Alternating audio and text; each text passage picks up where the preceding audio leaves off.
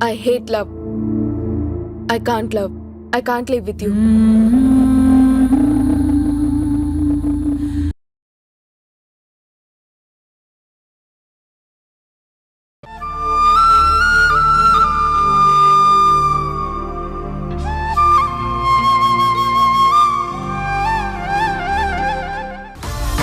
రంగరంగ వైభవంగా బంధువులంతా పిలిచి ఊరంతా మేళతాళాలు పెట్టించి పెళ్లి చేద్దాం. గ్రాండ్ గా జరగాల్సిన పెళ్లి ఇలా గప్చుప్గా గుళ్ళో చేయాల్సిన కర్మేంటి? పద, ముందు మనం ధరణి బాలు దగ్గరికి వెళ్దాం. పద.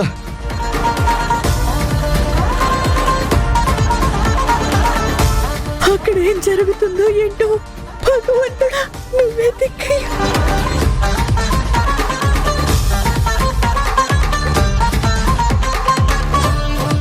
వెళ్ళిపోతున్నారు.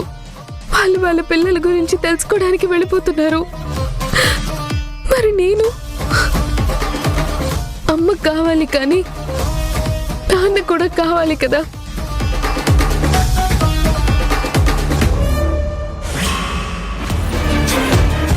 ధరణి,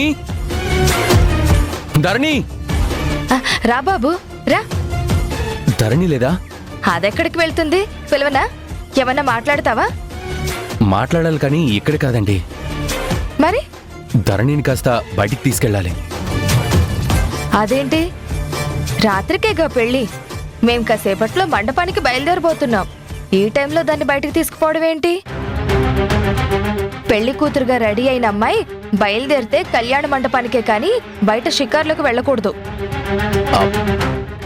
సరదాగా షికార్కి ఎక్కడికో కాదండి, తనతో పర్సనల్ గా అర్జెంట్ విషయం మాట్లాడాలి.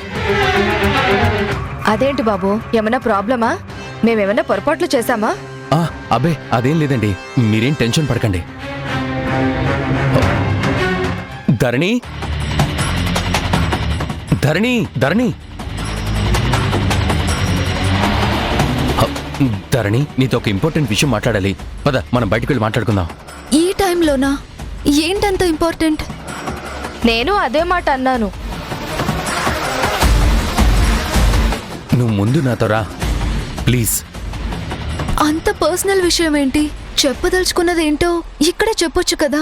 అంతా మన వాళ్ళే కదా. ప్రైవేట్గా మాట్లాడాల్సిన విషయం. నేను మళ్ళీ ఇక్కడికి తీసుకొచ్చి దిగబట్టే వెళ్తాను. దిగబెడతా ఓకే, కానీ ఎక్కడికి, ఎందుకు? అసలేంటి బాబు సమస్య? అయ్యయ్యో, సమస్య ఏం లేదండి, తనకొక సర్ప్రైజ్ అంతే.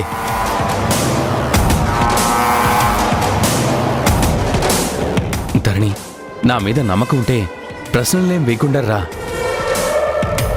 ఇంపార్టెంట్ కాకపోతే ఇలా తీసుకెళ్ళడు అన్న కాన్ఫిడెన్స్తో రా.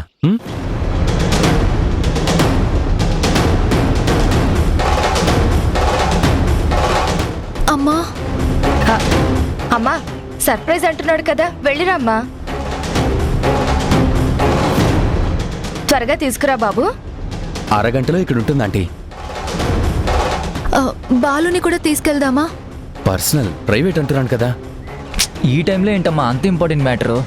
ఏదో సర్ప్రైజ్ అంటున్నాడు కదా, విలువైన గిఫ్ట్ ఏమైనా ఇస్తాడేమో. తీసుకెళ్ళు బాబు. రా.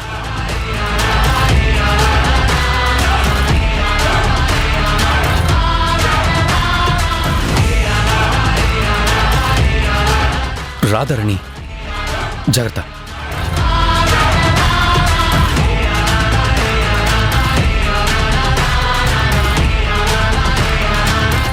కూర్చో.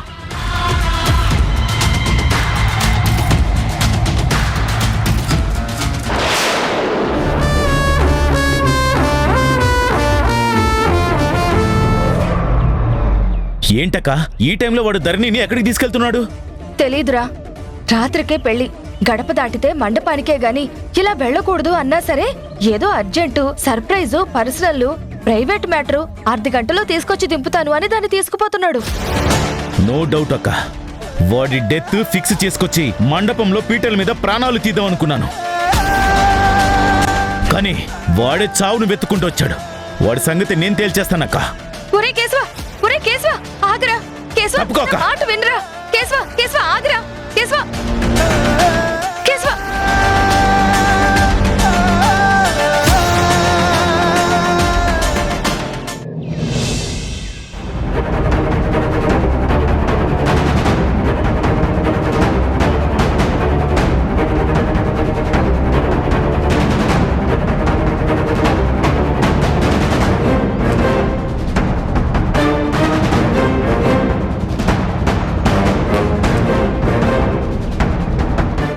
అమ్మమ్మ ఏంటమ్మా?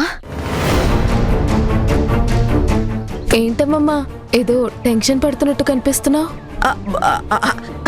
అబ్బే, టెన్షన్ ఏం లేదు.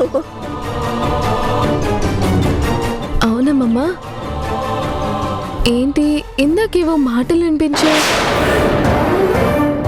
ఆ వాయిస్ గుణగారి వాయిస్ లా ఉంది. గుణగారు ఏమైనా వచ్చారా? గుణ వచ్చాడు. గుణగారు వచ్చారా? మరేరి వెళ్ళిపోయారా? ఎందుకు వచ్చారు? అది జనని అంతకు ముందు గుణ హాస్పిటల్లో పనిచేసింది కదా. ఫైల్స్ విషయంలో అది ఏవో రిపోర్ట్స్ అట. తనకి అర్థం కావట్లేదని జననితో మాట్లాడడానికి వచ్చాడు. ఓహో అలాగా. మరి అమ్మేది? అదే ఆ ఫైల్స్ విషయంగానే ఏదో మాట్లాడాలని అమ్మను కూడా తీసుకెళ్ళాడు. అంతే అంతే. నువ్వు వెళ్ళి చదువుకోమ్మా, నాకు చిన్న పని ఉంది, నేను ఇప్పుడే వస్తాను.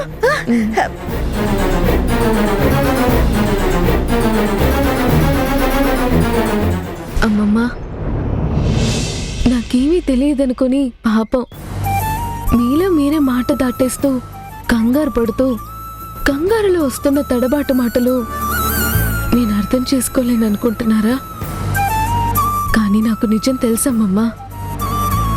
అమ్మ మా సొంతం కాదు, కానీ మనసులో మాత్రం అమ్మే. ఎప్పటికీ ఈ అమ్మే మా అమ్మ. నువ్వు మా అమ్మమ్మవి. నాకు ప్రపంచంలో వేరే అమ్మ అమ్మమ్మ అంటూ ఎవరూ లేరు. మీరు అందించిన ప్రేమ, అనురాగం, నా కోసం జీవితంలో పడ్డ తాపత్రయం ఎప్పటికీ మర్చిపోలేను. అమ్మని తీసుకొని గుణా గారు హాస్పిటల్కి కాదమ్మమ్మ వెళ్ళింది, ధరణి దగ్గరికి వెళ్ళుంటారు. తనతో నిజం చెప్పడానికి వెళ్ళుంటారు. నేను గుణ గారికి మొత్తం నిజం చెప్పేశాను. ఆయన వచ్చిందే ఆ నిజం అమ్మని అడిగి కన్ఫర్మ్ చేసుకోవడానికి. వాళ్ళు ధరణితో నిజం చెప్పేస్తే అప్పుడు నా పరిస్థితి ఏంటి? అవతల నానేమో ఫోన్ లిఫ్ట్ చేయడం లేదు, వీళ్ళేమో ధరణితో నిజం చెప్పడానికి వెళ్ళారు. నెక్స్ట్ ఏంటి? నా స్థానం ఎక్కడ?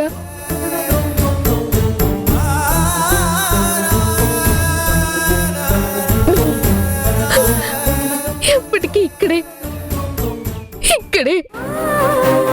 ఆయన నానైనా నేను ఈ అమ్మతోనే ఉంటాను. నన్ను పెంచారు కదా.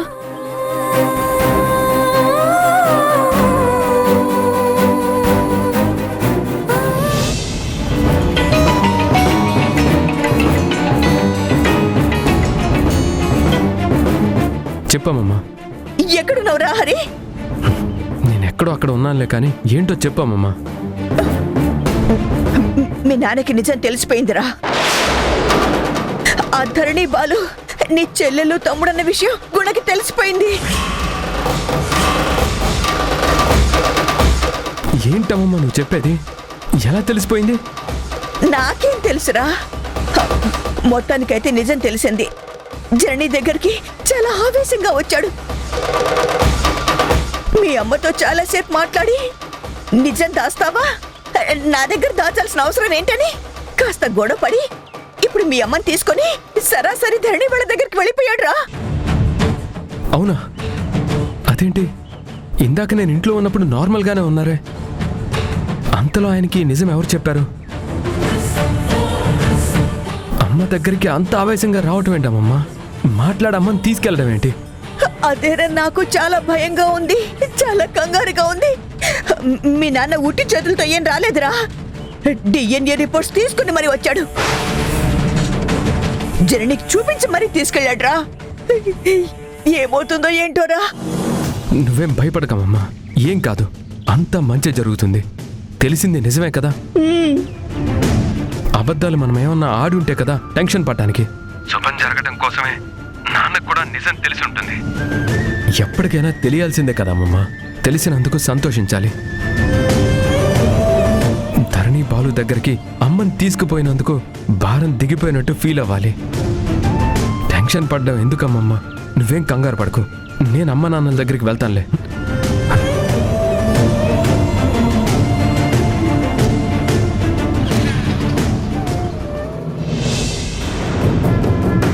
ధరణి, అమ్మా ధరణి, ధరణి, అమ్మా ధరణి. ఏమండి అమ్మా, ధరణి ఎక్కడ? పెళ్లి మండపానికి ఈ బ్యాగ్ తీసుకెళ్ళాలా?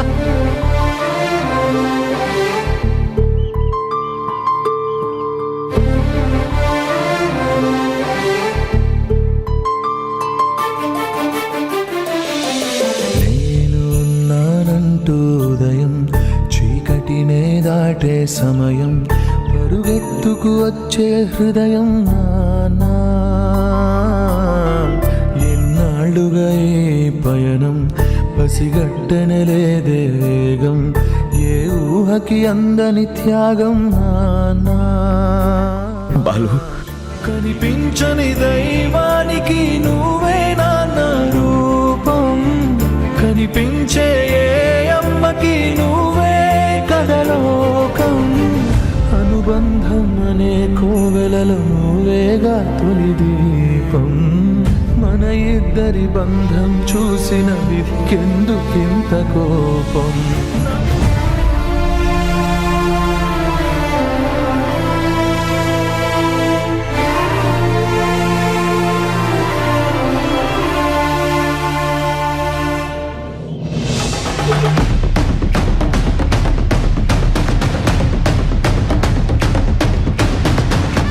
ఈయనేంటి కొత్తగా బాలుని ఇలా కౌగిలించుకుంటున్నాడు?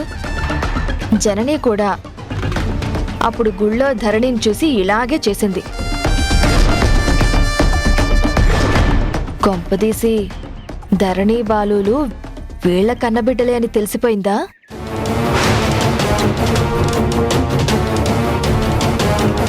జనని పెళ్ళాపడానికి నిజం చెప్పేసిందా? అందుకే ఇద్దరు ఈ ఇంటికొచ్చారా?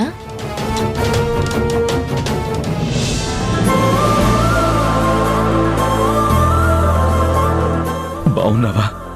బాగానే ఉన్నానండి, మీరు కూర్చోండి. అవునండి, కూర్చోండి. మంచినీళ్ళు తీసుకొస్తాను. కాఫీ ఏమైనా తాగుతారా? ఇప్పుడు మాకు అదేం వద్దు, కానీ ఓసారి ధరణిని పిలవండి. ఆ జనని కాని మధు కాని తరుణ్ కాని వస్తే ధరణిని కలవనివద్దు, మాట్లాడివద్దు. ఆ శక్తి చాలా తెలివైంది, ముందే పసిగట్టినట్టుంది. ధరణి ఇంట్లో లేదండి. ఎక్కడికెళ్ళింది? ఇందాక ధీరజ్ వచ్చి తీసుకువెళ్ళాడు. ధీరజా? మరి పెళ్లి కూతుర్ని చేయలేదా? చేశాను. చేశారా? మరి పెళ్లి కూతుర్ని చేసిన తర్వాత ఇంట్లో నుంచి వెళ్ళకూడదని మీకు తెలీదా? చెప్పాను, కానీ అర్జెంటు రాధరణి మళ్ళీ తీసుకొచ్చి హాఫ్ అన్ అవర్ లో దింపుతానని అతను పిలిచాడు. తను వెళ్ళిపోయింది. సాయంత్రం జీలకర్ర బెల్లం దాకా మీరు ఒకరినొకరు చూసుకోకూడదని కూడా చెప్పాను.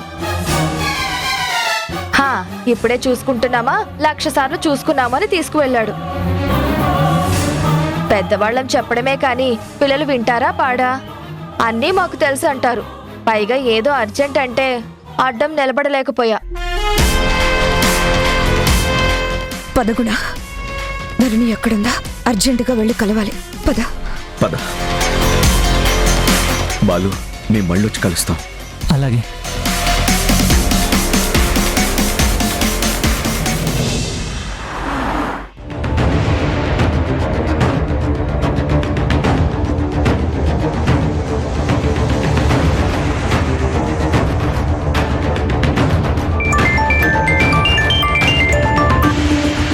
చెప్పు శారదా. గుణాజనని వాళ్ళు వస్తారని నీకెలా తెలుసు? గుణాకి ధరణి బాలు తన కన్నపిల్లలు అన్న విషయం తెలిసిపోయింది కాబట్టి. ఏంటి నువ్వనేది? నిజం శారదా, ఎవరో ఆకాశ రామన్న ఆ పిల్లల నిజమంతా గుణాకు లెటర్ రాసి తెలిసేలా చేశాడు. అది చదివి అర్జెంటుగా గుణ పరిగెత్తాడు. ఖచ్చితంగా జననిని కలుస్తాడు, ధరణి దగ్గరకు వస్తాడు అని ఎక్స్పెక్ట్ చేశాను. మరిప్పుడు పెళ్లి? నందో రాజో భవిష్యతే. మనకు అదృష్టం ఉంటే ఎలాగూ మేనల్లుడు కాబట్టి అవుతుంది. నా ప్రయత్నం నేను చేస్తాను. అవును, ధరణిని కలిశారా? లేదు. ధీరజ్ వచ్చి ధరణిని ఎటో తీసుకెళ్లాడు కదా, నీకు తెలీదా? ఏదో అర్జెంట్ పని అన్నాడు. ఎక్కడికి అంటే చెప్పలేదు. ధరణిని ఎక్కడికి తీసుకెళ్ళినట్టు? అది నాకు మాత్రం ఏం తెలుసు? నీకు తెలిసినంత కూడా నాకు తెలీదు. మరి మన వాటాలు? నేను అడుక్కు తిన్నా నిన్ను పార్ట్నర్గా తీసుకెళ్తాను. మాట తప్పే మనిషిని కాను. అరే యువతల టెన్షన్తో చస్తుంటే గుడ్లలో వేలు పెట్టి ఉన్నాడా పోయాడా అని చూడటం అంటే ఇదే.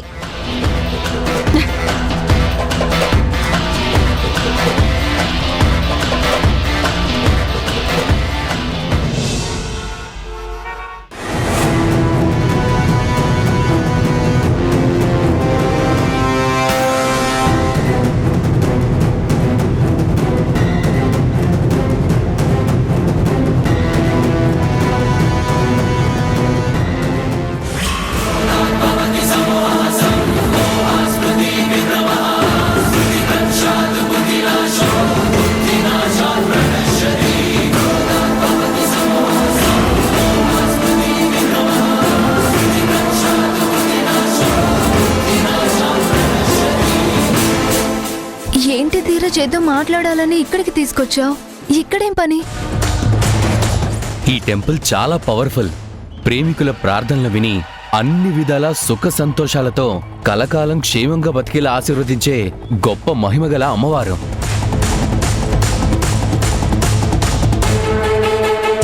అందుకే అమ్మవారిని వేడుకొని దండం పెట్టుకోవడానికి తీసుకొచ్చాను. అంత మహిమగల గుళ్ళో ఎవరు పెద్దగా జనాలు లేరనే కదా, ఎక్కువగా మనలాంటి ప్రేమికులు మాత్రమే వస్తారు. ఓ అలాగా.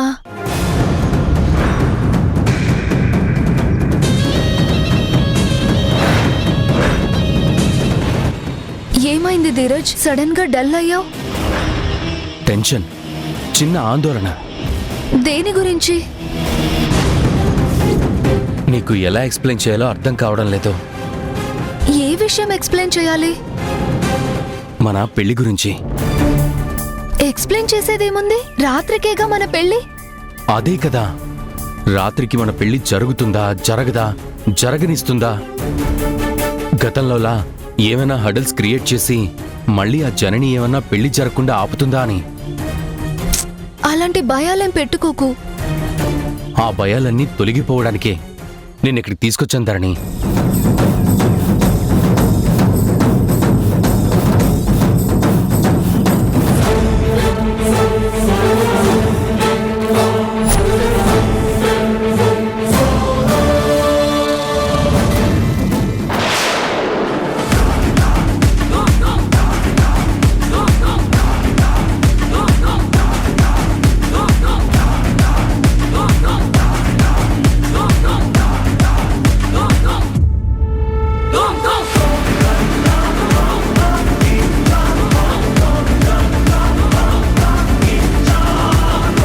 అదేంటి తాలిబొట్టు ఇక్కడికి తెచ్చావు? ఇప్పుడేం అవసరం ధీరజ్? ఎవరు ఎన్ని ప్రయత్నాలు చేసినా మన పెళ్లి ఆగకుండా ఉండడానికి ముహూర్తానికి ముందు ఏదైనా అనుమానం ఉన్నా, అభద్రత ఉన్నా ఈ అమ్మవారి ముందు ఓసారి అమ్మాయి మెళ్ళలో తాళి కట్టేస్తే ఇంకా బ్రహ్మ కూడా పెళ్లి ఆపలేడని అంటారు. జస్ట్ మాక్ మ్యారేజ్ లాంటిది.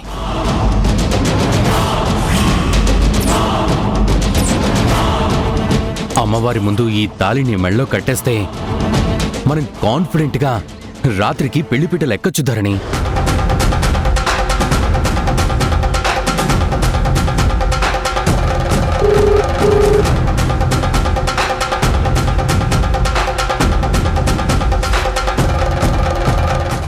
అదేంటి గుణ, నువ్వు ఫోన్ చేసినా ధీరజ్ ఫోన్ లిఫ్ట్ చేయడం లేదా?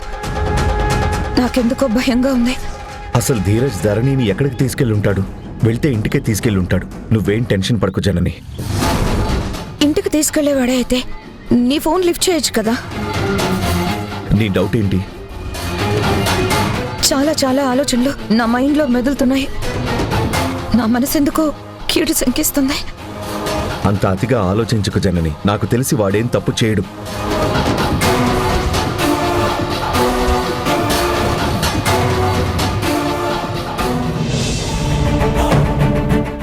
మ్యాక్ మ్యారేజ్ ఏంటి ధీరజ్?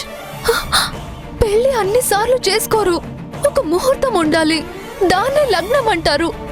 అయినా జీలకర్ర బెల్లం లేకుండా తాళేంటి? అదంతా ప్రాసెస్ ధరణి. ఇది జస్ట్ ఫర్ అవర్ సాటిస్ఫాక్షన్. అవాంతరాలు ఏమీ రాకుండా మన మ్యారేజ్ సాఫీగా సాగిపోవడానికి. నో ధీరజ్, అసలు నీకు ఆ అనుమానం ఎందుకు కలిగిందో నాకు తెలీదు, కానీ ఇలా మ్యాక్ అని ఒకసారి రియల్ అని ఒకసారి తాళి కట్టించుకోవడం నాకు ఇష్టం లేదు. అసలే మా నాన్న రాకుండా లేకుండా పెళ్లి చేసుకోవడం నా మనసుకి కష్టంగా ఉంది. అసలు ఇష్టమే లేదు. అలాంటిది చాటుగా మహిమ అని మ్యాక్ అని 3 ముళ్ళు వేయించుకోవడం నాకు అస్సలు నచ్చదు. అందరి ముందు సాంప్రదాయంగా జరగాల్సిందే, కానీ ఇలా ఎవ్వరూ లేకుండా నువ్వు నా మెడలో తాళి కట్టడం కుదరదు. నిన్ను నాకు దక్కకుండా చేస్తారేమోని నాలో ఉన్న భయం పోవడానికి, నా సాటిస్ఫాక్షన్ కోసం ధరణి. నో, నాకు సాటిస్ఫాక్షన్ లేనిది నేను చెయ్యను. పిచ్చి ఆలోచనలు, పిచ్చి నమ్మకాలు నాకు నచ్చవు ధీరజ్. వెళ్దాం పదా. లేదు ధరణి, నువ్వు నా అనే నమ్మకం ఏర్పడేదాకా మనం వెనక్కి తిరిగి వెళ్ళడం కుదరదు.